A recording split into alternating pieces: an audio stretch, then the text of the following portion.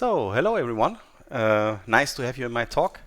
My talk for today is about distributed EclipseStore applications and microservices on Kubernetes.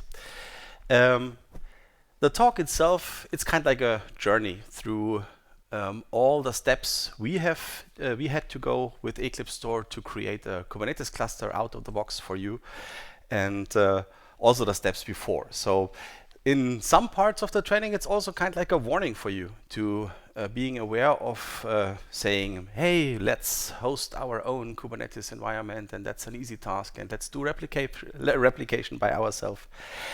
Yeah, there is a lot of stuff to consider, and there is a lot of experience that I have to share with you. Let me introduce myself a little bit. My name is Kuemmel. I'm software developer for around 15 years now. I'm project manager of the cluster development of EclipseStore, and I'm also involved in some projects within the Allianz insurance company for sustainability and sanction screening, for example.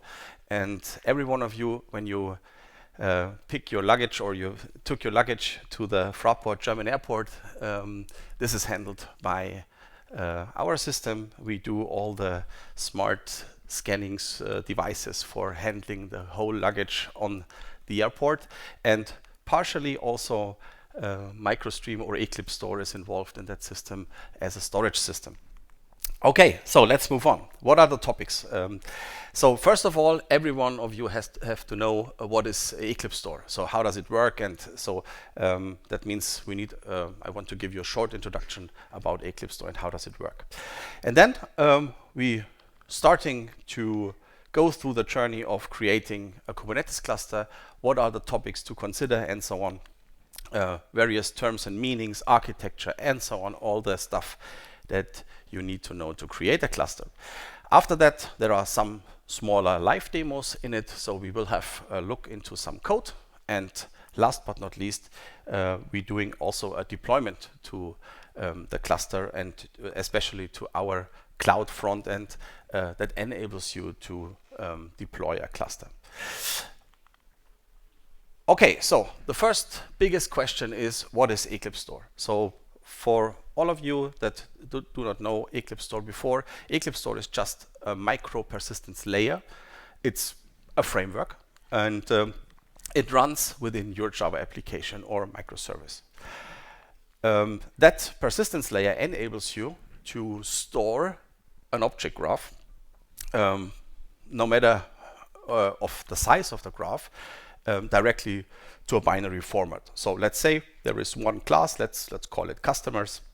Then that customers consists of multiple collections with other data in it, and you will be able on, let's say, a button click or one command line to store this directly to a binary format. The special thing on that is that we are able to update this partially.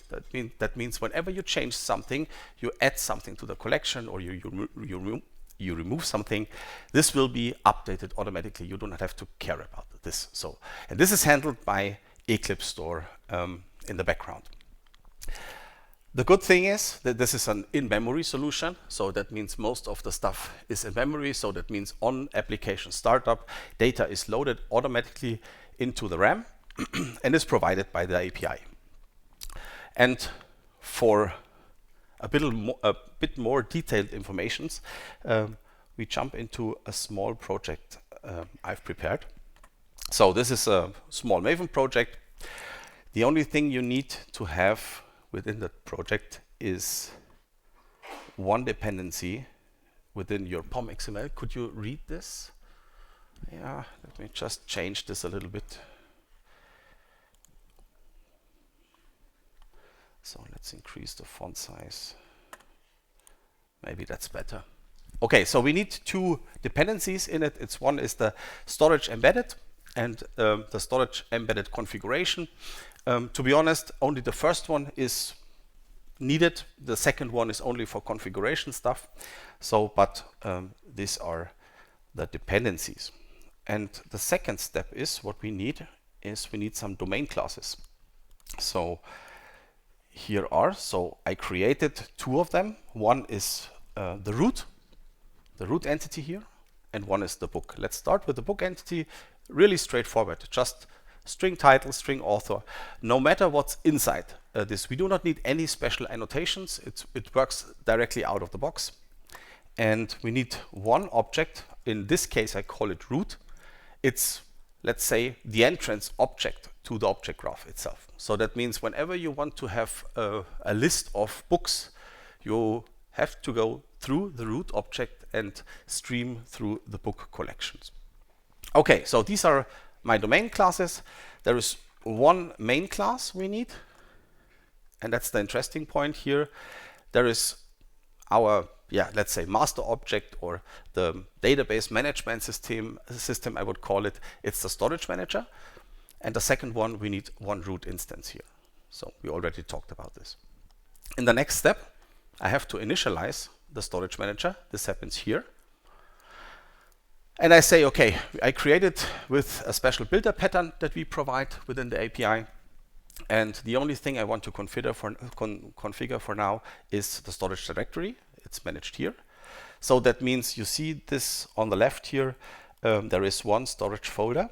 And by the way, I have to delete this for later usage. So I deleted the storage. And what happened next is I create two book objects here, and I added it to the collection. So I call the data root, let's call it get books, and I add it, kind of like you would use it all the time when you add some books or objects to a collection. And after that, I have to store this.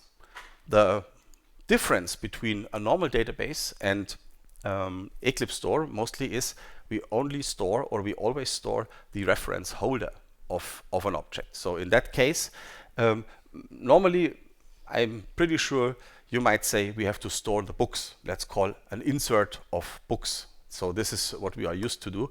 But in that case, or in case of EclipseStore, we always have to store the reference holder. In that case, we changed the collection because we added something, and that means we have to store the collection. Okay, so let's start this little program. Let's just run this. So we would see the initialization. Oh, I commented out, but this doesn't matter. So let's stop this. And you see now, at the moment I call the storage, or I call the storage manager, the database here is created on my hard disk. And when we now change the behavior of the program a little bit, so we remove all that stuff, we do not need this anymore. So let's comment this out and use this one here. So when we now start it again, the books should be loaded, and we stream through, and I just print some informations here. So let me start this again.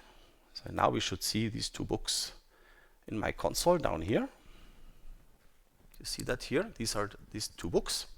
And that's it. That's the basic behavior of EclipseStore. So it's a small storage, and that manages all the data behavior and the serialization to a binary part, and you could use it as a normal database. We have projects with data around 70, 80 gigabytes of data, and they are using EclipseStore as a normal database.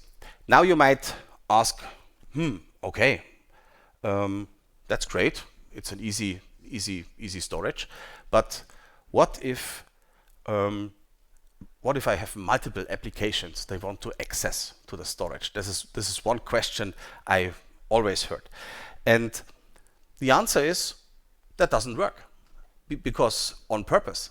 Because when we talk about PostgreSQL database, for example, you are used to access that database always from different application. I've saw this 1,000 times in my history, and people are okay. But is this best practice? Accessing one data storage with multiple different applications? No, it's not.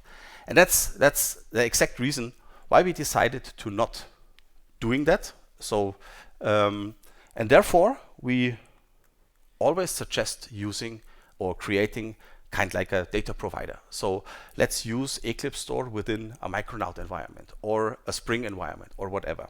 And because of that, I also brought one example to you. Let me just share this. So it's that project here. It's a really straightforward Micronaut project, and I created all the, let's say, most common things you need to have within. So we have some controller classes here. Let's start here. So there is an find all endpoint, and there is an insert endpoint. Really straightforward. We have data access objects here, some mapper classes. We have our two domain classes. In case of root, I changed that root a little bit to a company. It could also be a business object as a root entry object. And I have, of course, one data transfer object to create it the right way, I would say. Okay, so start that application. Let's do this.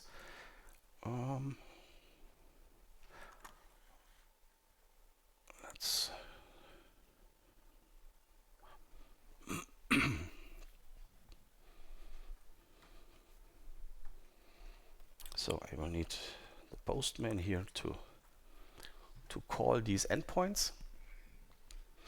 Okay, application starts up, and now we will be able to send some REST request to that application. So let's double check if application is up and running. So it starts up, it runs on localhost 8080. That's okay for us. So, and now let me just double check. Let's see if there is maybe already data available. So let's call this on localhost, and we see there is one book already available. And let's add another one just to bring you an evidence that this is working as expected. So let's call it shining, whatever.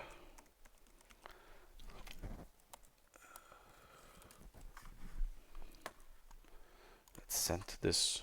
So we get a 200, okay. And now let's call the second request again. And now we see data is there in the same way that we have it in the very first project that I've shared with you. So, and now that project gives you the possibility to serve data to everyone. So, and this is, by the way, one of the best practices I would do whenever you want to serve data to various of applications. You should do this via REST or via another technology, but do not access one data storage from different applications. So, and this was the base. We decided, okay, people said, that's great. So now I could use it, but what about replication? And this was a great, always a great discussion. So do you really need replication? Is it really necessary? A question to you, why do you need replication? I've asked this question to many people, and they always ask, or they always said, replication. Yeah, we are using a framework that there comes replication out of the box, but to really, why do we need replication? Sorry? Low latency is a good point. So that means I would call it availability. Okay, yes, of course. Another? Someone else? Yeah?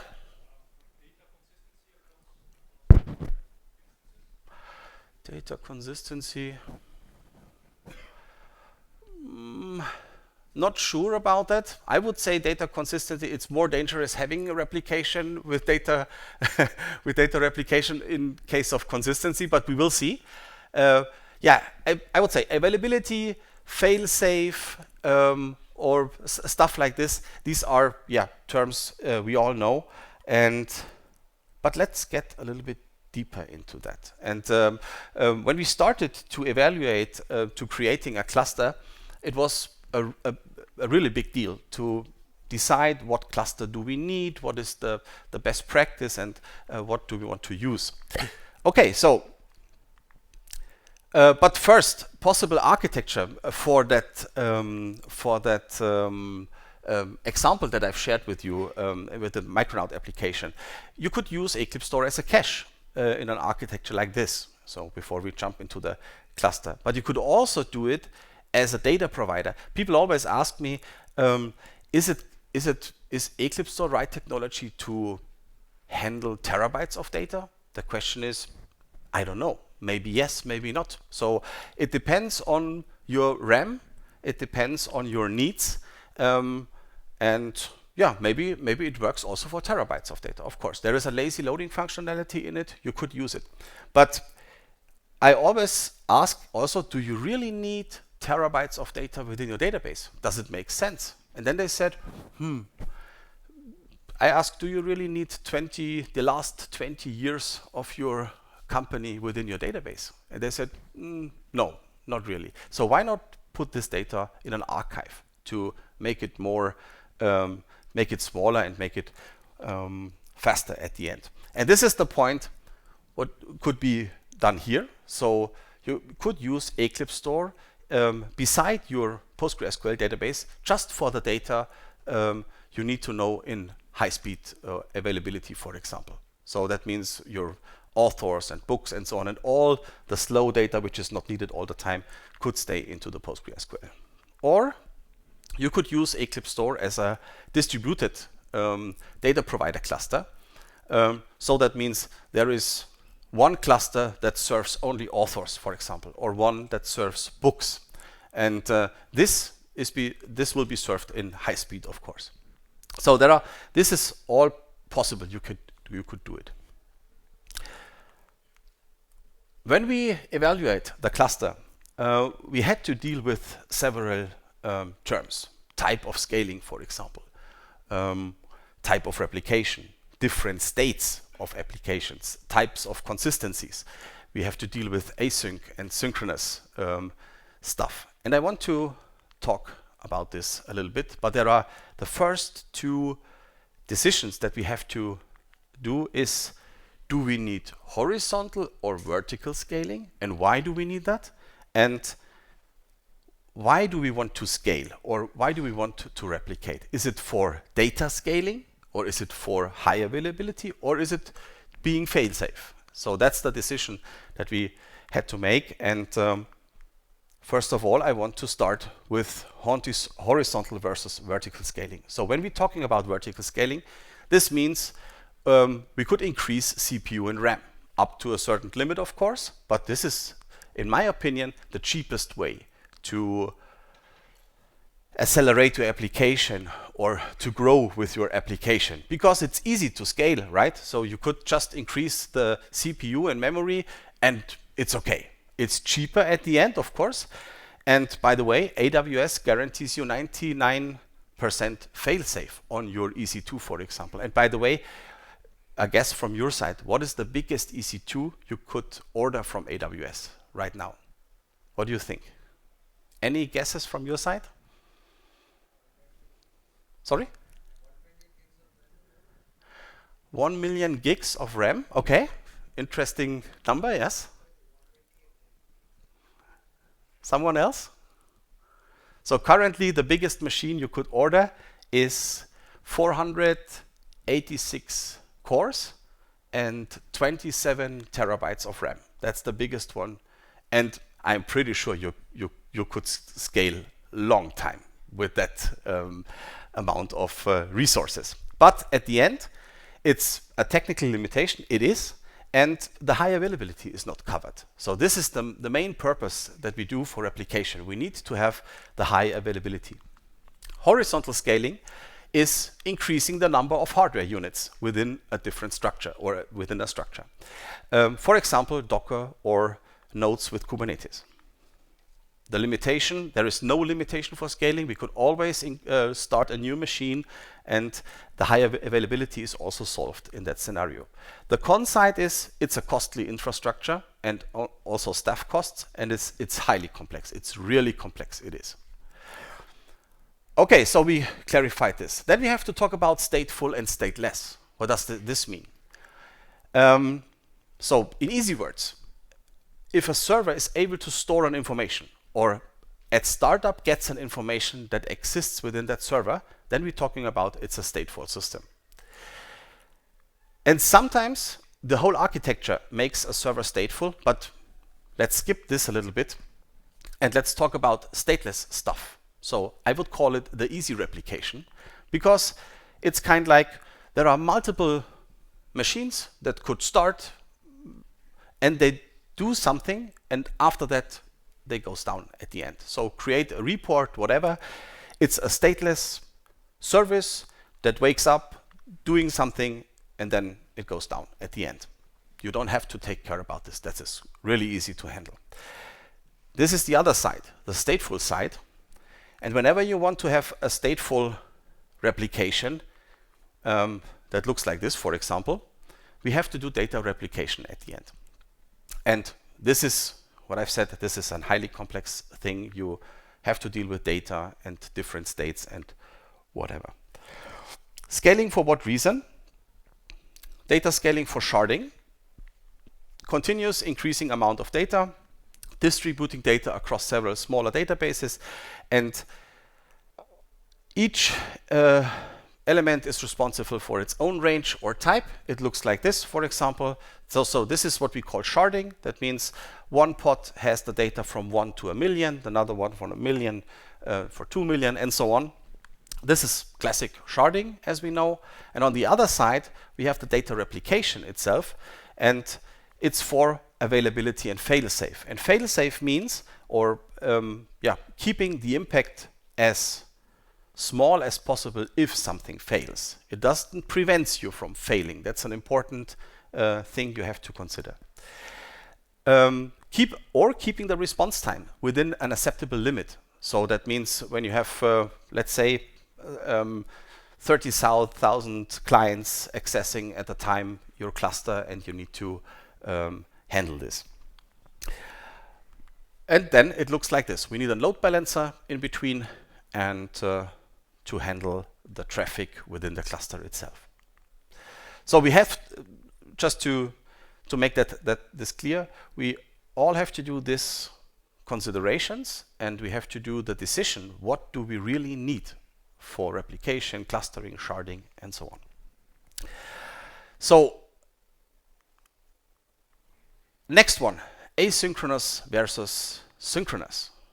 So this is also stuff you need to consider. So when we accessing or when we sending a request to the cluster, is the replication before the response or is it after? So this is also a big differences, and also in case of data consistency, this could be a real issue at the end. So let's move on. Also an interesting point. Do we need a single leader architecture? So that means within the cluster, within the replication, there is only one writer node that replicates the data to all the readers,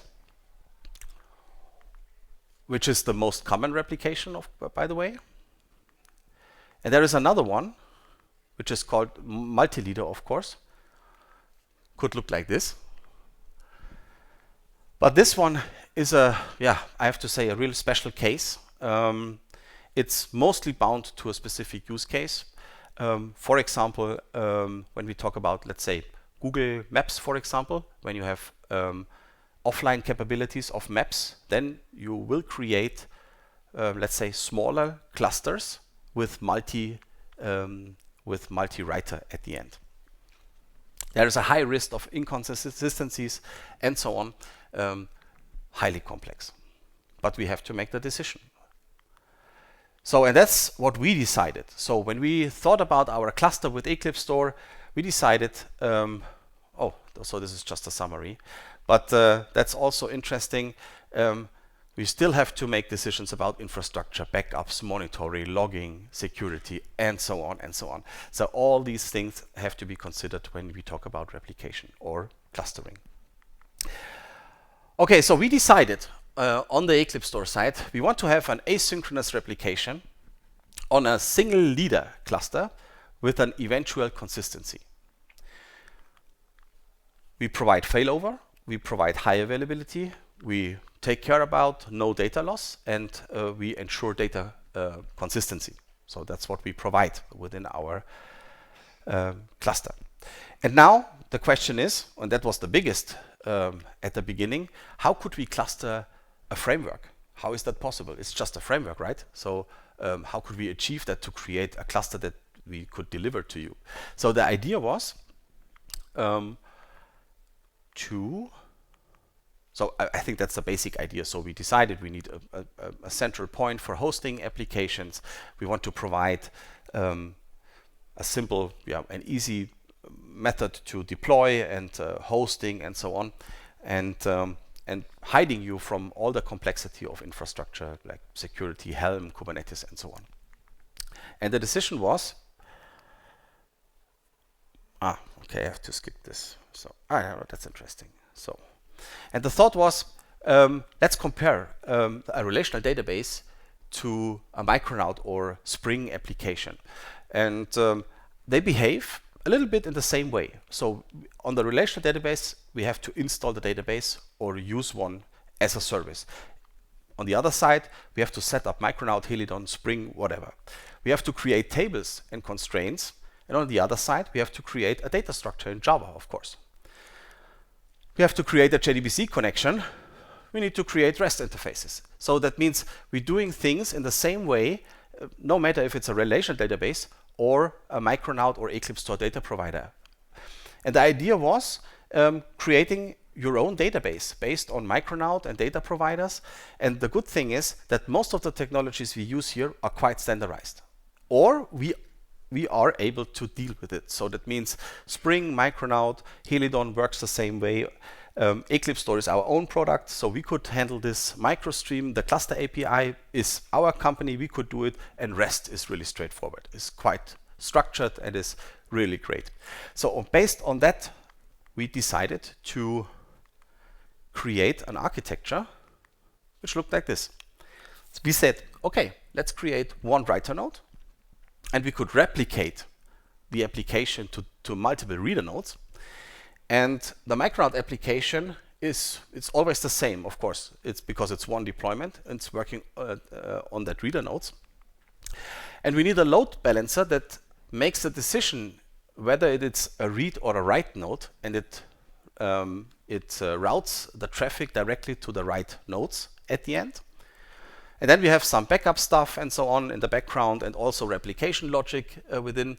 And this is the special thing I have to say.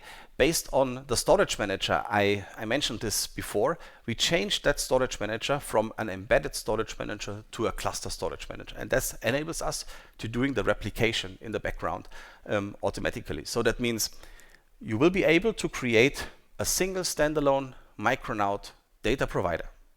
And that runs for years maybe. And then sometimes you need a replication for whatever reason, and you could use this application, just changing one thing in that application, and it will be available within the cluster. And that was the idea. At the end, it looks like this. So every node in that cluster is able to provide data. And when it comes to writing things, it goes to the writer node, and data will be replicated in the background, the backup is created, and so on. An important thing is, some of you asked me today how this works with that writer node and so on. It's only a single node. Does this work? Well, let's say the writer node itself, it's a Micronaut application. It's multi-threaded. There are possibly thousands requests possible in concurrent way. So I think that's not a big problem. And as I said, that's the most common way of replicating data.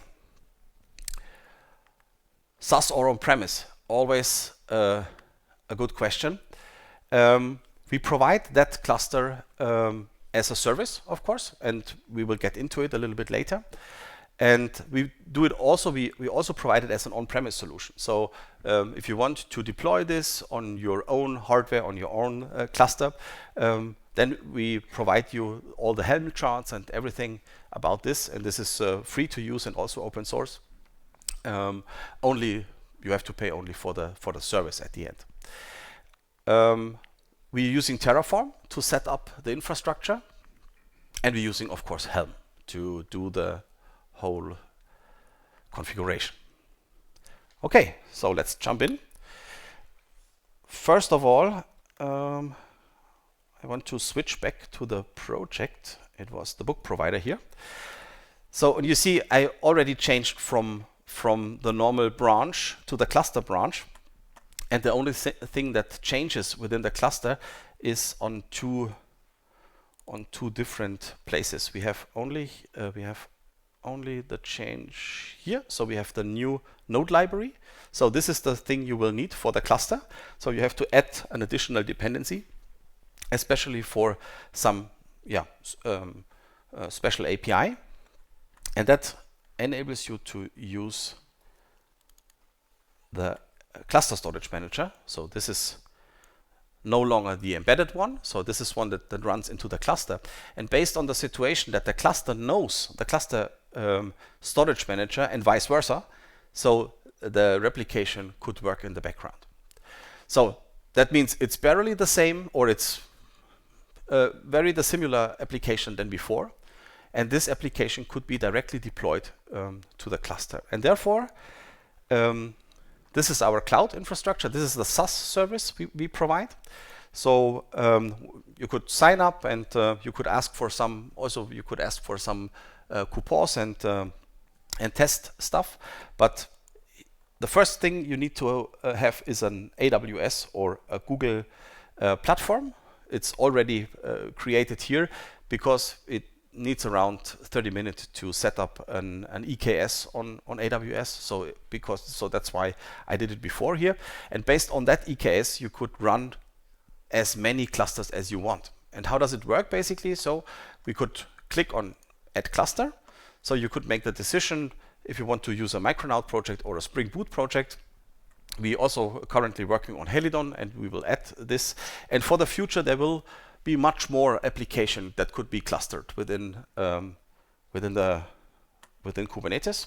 So we have to make some decisions here. So first of all, we have to clarify what is the amount of resources we need for the base management of the replication itself. That means for all the load balancers and backup nodes and whatever. So there we provide at the moment small, medium, and large. And you see the restrictions at the right. So the maximum amount of replicas that could be started, and the maximum amount of gigabyte within the cluster. So for us, we choose the small one. And then at the second step, you could choose the size of the replicated parts, so the replica nodes. And I would also choose a small one. That's totally enough. And here you could see the minimum amount of nodes is 1, maximum amount of nodes is 2. And one interesting thing is that you only have to pay for the amount of nodes that is starting currently. So that means when the cluster is started, you will pay for one only. If the traffic increases and a second node is started, then you have to pay for the second one. But for all the other time, you only have to pay for one. That's interesting because a lot of other providers do not provide this, because mostly you have to add EC2 instance, for example, for an EKS, but we are using Fargate instances in the background. In some parts, they are more expensive than EC2, but there is good reasons for that, because we only have to pay for one most of the time. So let's click on Next. Then we have to add a name. Let's call it demo, whatever. And then we have to provide the URL to the GitHub repository, or to your Git repository. Oh, I missed that here. Just a second. I have to choose this. So let me choose the right one. Cluster example. That's the right one. So let's clone the URL. So now we could enter it. And then we have to choose the branch, which is the right one for our cluster. Okay, so you will be able to add some environment variables, not necessary for now. So let's click on Next.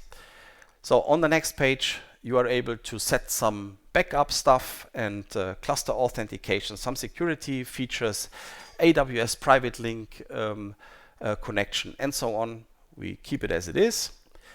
The next one is also an interesting one, the proxy settings. So I also mentioned this. We have to decide what request should go to what or to which node. And there is one strategy to use the HTTP methods for this. So that means every post, patch, and put goes to the writer node and all the others to the reader nodes. Or you could use a special URL path that leads to the writer, or you use some special HTTP body variables to route the traffic to the right node at the end. For us, for now, we are using only the HTTP methods. That's okay for us. Let's click on next. So you will be able to upload a storage if there is a storage already. And that's it. So let's create the cluster. And now we see the cluster here. I could start it, but it will take around 5 minutes. So that's why I already created one here. So let's have a look into the details. So we see this is the cluster which is currently up and running. We see some metrics of the cluster itself. There are some more tabs here for the logs, for example, to see what's going on in the different. There is currently. Let me check if you could find something. Some new logs. Yeah, here just smaller ones. Yeah, you could do some detail updates. You could increase the node sizes and so on. And that's it. So let's give it a try. The cluster is up and running. So let's try to reach it. Whenever you click on so where we are, platform. Yeah. So let's copy the URL. Let's go to the Postman. And let's call the live server here, find our cached, genau. Okay. Oh, it's already the same. So we see there are some entries are already there. Let's insert one. That's really straightforward. So let's add some and send this. We should get a 200 and so on. So you see, quite easy to make a deployment within our cluster environment. And I think that was the purpose why we invented this. On the other side, you will always be able to, as I already mentioned, you could do this as an on-premise cluster. It works a little bit different in the on-premise solution because, yeah, of course, the on-premise infrastructure is different and we need to have different aspects of creating stuff and so on. Okay, so let's move back to the presentation. So let's go through the features that we had. At the moment, AWS is the primary cloud platform that we use. We are currently working on Google Cloud and also a Microsoft Azure Cloud to provide this in that environment. The supported frameworks currently, as I said, Micronaut, Spring, Helidon. We support a jar upload or a Git clone. We provide individual tier sizes, CPU, RAM, and so on. Auto scaling, that's important, I guess. Basic auth and so on. There is a new authentication feature that is coming up with OAuth and OpenID Connect. Private link, some backup strategies done in the background, and so on. What we currently work on is our roadmap. So as I said, we try to support, or we're working on Azure, on Google Cloud, and some automatic deployment, CI/CD Jenkins, GitHub Actions, and so on. I think that's all that stuff that is needed to work professional with that tools. And in addition, currently in the background, we're also working on a big data cluster to provide that sharding stuff at the end.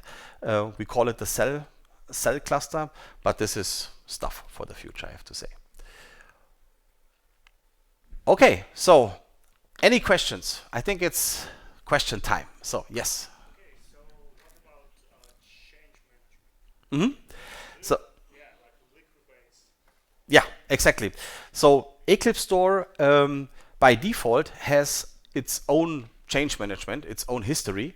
So whenever you change something, so I have to say, storing something in EclipseStore means you always attach things at the end of the storage. And based on that, we are able to doing kind of like a history. So when you change something within your Java graph, when you change name or the position within the class and so on, a new object will be created in the background. And this new object goes directly to the storage.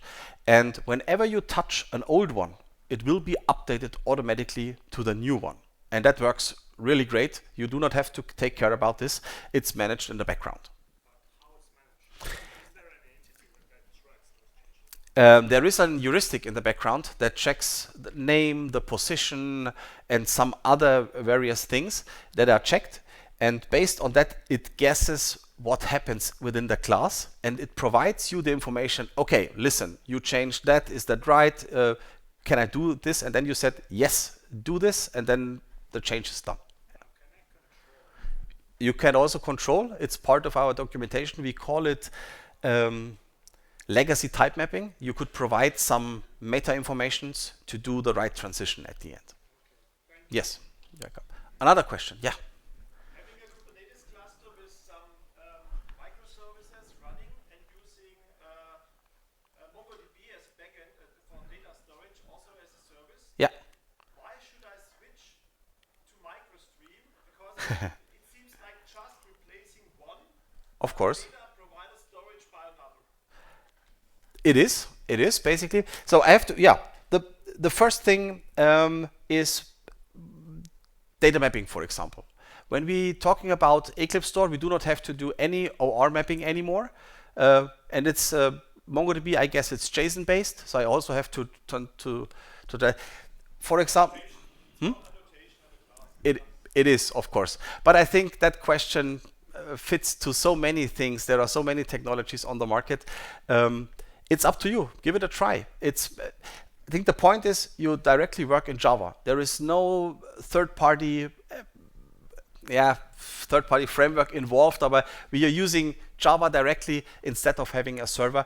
I think it's a different approach of having the data, but yeah, in a way, you are right. It's the same. Yes, of course, it is. Yeah. Is there one standby Eclipse Storage Manager in case of failure of the primary one? It is, yeah. At the moment the writer node dies or whatever, the second one will be there. But of course, this will only happen if you at least have a minimum of 2 replications. But in case of this, the second one will be immediately turned into the writer node.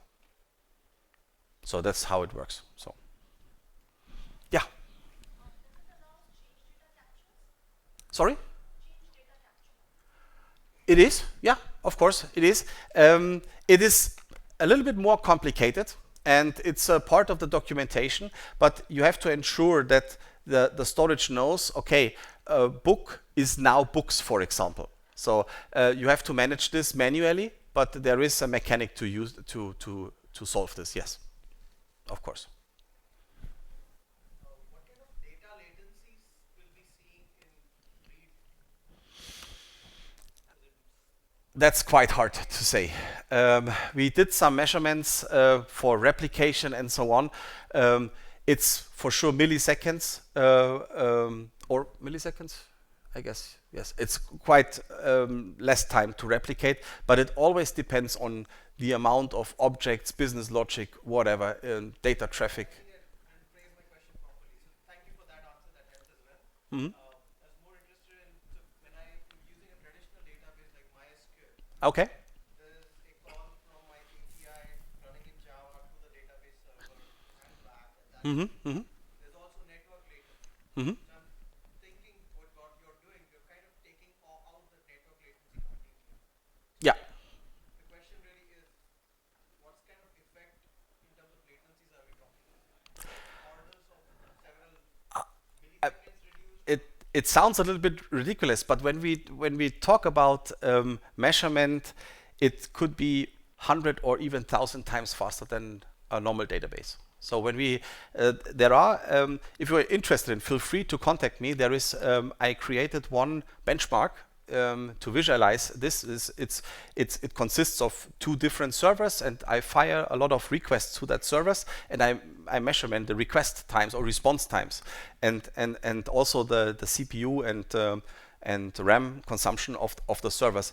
It's incredible how fast is EclipseStore compared to a, let's say, PostgreSQL server. Basically, what you're saying is, if I am willing to let go the advantage of being able to query my database using SQL, Mm-hmm. MicroStream can offer a big leap in terms of performance, like using a Java-based. That's exactly what many other systems do. So the idea behind is you could use EclipseStore, for example, as a cache in between the normal database and the client, and it will work the same way than, let's say, Elasticsearch do, or MECS or whatever. But the reason for is, the idea behind is, if we have a cache in the middle, do we really need the database anymore? Because it's only a backup of the data. Why to have that database anymore? So and that's why we're using EclipseStore also for migrating bigger monolithic databases. So we